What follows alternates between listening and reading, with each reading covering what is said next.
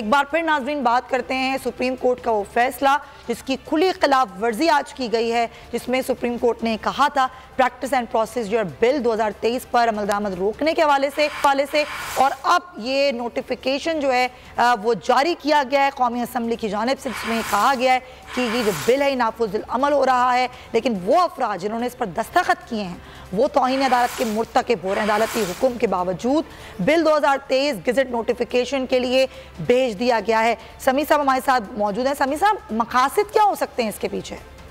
भैया सबसे पहले तो मैं ये वजाहत कर दूं, मैं पिछले बीपर में मैंने आपको दोबारा जहमत भी इसलिए दी है कि मैं गलती से मैंने 3 मेंबर बेंच का, ये 8 मेंबर बेंच का फैसला है। 3 मेंबर बेंच का फैसला तो इंतखाबात के हवाले से है, इंतखाबात फंड रिलीज करने के हवाले से है। ये 8 मेंबर बेंच है जिसने जो सुप्रीम कोर्ट प्रोसीजर जो बिल है ये इसको उन्होंने इस पर अमल दरामद रोका। तो इसका मतलब है कि ये फुल कोर्ट का ऑर्डर है एक तरह से, इसलिए कि इस वक्त वैसे 17 जज होने चाहिए लेकिन इस वक्त 15 जज हैं, 2 असामियां खाली हैं। तो 8 मेंबर बेंच जिसकी सरबराही चीफ जस्टिस जो है उमर अता बंदयाल ने की, तो ये 8 मेंबर बेंच ने इसको रोका। और ये बिल्कुल ये यानी मैं माजरत खाऊं, वो 3 मेंबर बेंच का ये फैसला नहीं है, ये 8 मेंबर बेंच का फैसला है। एक तरह से ये फुल कोर्ट का फैसला है, यानी अगर 15 के 15 जज बैठे हो तो उसमें 8 जो है वो अक्सरियती जज होते हैं उस फुल कोर्ट में। तो उनका ये फैसला है कि ये जो supreme court practice and procedure bill है ये इस पर अमल दरामद उन्होंने रोका और सदर मुमलिकत के साइन हो या ना हो ये नाफुजुल अमल नहीं हो सकता। तो 8 मेंबर बेंच के फैसले के बावजूद ये कौमी असम्बली सेक्रेटेरिएट ने ये जारी किया है और ये इंतहाई एक बहुत संगीन बात है और ये सुप्रीम कोर्ट ऑफ पाकिस्तान पर हमला है। पूरे 8 जजेस का ये फैसला है कि 2 मई इसकी तारीख है कि जब तक इसके तमाम जो तकाजे हैं इसके जायजा ना लिया जाए शिकों का, तो उस वक्त तक ये नाफुजुल अमल नहीं है, भले कुछ साइन हो या ना हो। और ये जो सुप्रीम कोर्ट का नोटिफिकेशन, ये इसका कौमी असम्बली का नोटिफिकेशन ये कह रहा है कि ये नाफुजुल अमल हो गया, ये एक बहुत बड़ा संगीन हमला है, ये खिलाफ वर्जी है, ये तौहीन अदालत। और अगर ये स्पीकर साहब के कहने पे किया गया तो स्पीकर को भी तौहीन अदालत में अंदर जाना होगा, क्योंकि ये जो इन्होंने एक नई एक इस्तेलाह देनी शुरू की है कि पार्लियामेंट सुप्रीम है। पार्लियामेंट आइन के तहत चलती है और आइन सुप्रीम कोर्ट को ये इख्तियार देता है कि तमाम executive and judicial authorities they have to come in aid of Supreme Court, उनके जो फैसले हैं उनको मानना है। तो ये आइन की खिलाफ वर्जी की है आज कौमी असम्बली सेक्रेटेरिएट ने।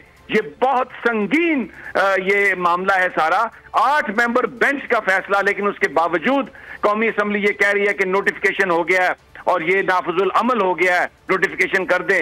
ये अब्सर्ड है, मैं कह रहा हूं कि ये इंसान तसव्वुर नहीं कर सकता। ये इन्होंने आइन को तोड़ दिया है बिल्कुल इस हुकूमत ने। आइन को ये कहते हैं कि हम 1973 के आइन के खालिक थे, भुट्टो और ये सब इन्होंने आज जरदारी साहब ने, राजा परवेज अशरफ ने, शहबाज शरीफ ने, मौलाना फजलुर रहमान ने मिलकर 1973 के आइन को आज बिल्कुल उड़ा के रख दिया है कि ये 8 मेंबर बेंच का फैसला सुप्रीम कोर्ट ऑफ पाकिस्तान का, उस पर ये कह रहे हैं कि जी ये नाफुजुल अमल हो गया है और उस फैसले को इन्होंने मानने से इनकार कर दिया है। ये एक बहुत बड़ा आईनी बहरान इन्होंने ये पैदा कर दिया ये बात कहकर कि जी ये नाफुजुल अमल हो गया और ये इनकी नीयतें ठीक नहीं है। ये हमला कर रहे हैं सुप्रीम कोर्ट पर, ये जबरदस्ती, ये कब्जा ग्रुप है, इन्होंने इक़्तिदार पर कब्जा कर लिया है।